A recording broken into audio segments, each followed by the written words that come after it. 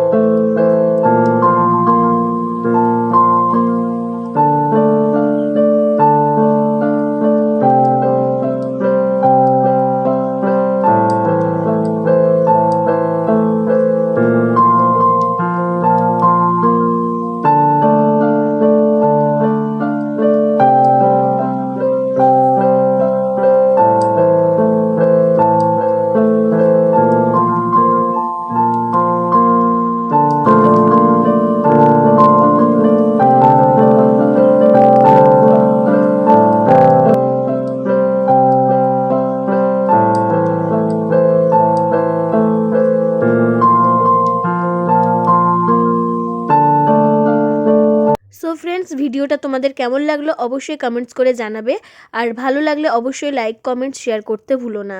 So thank you so much watching my video. Bye by.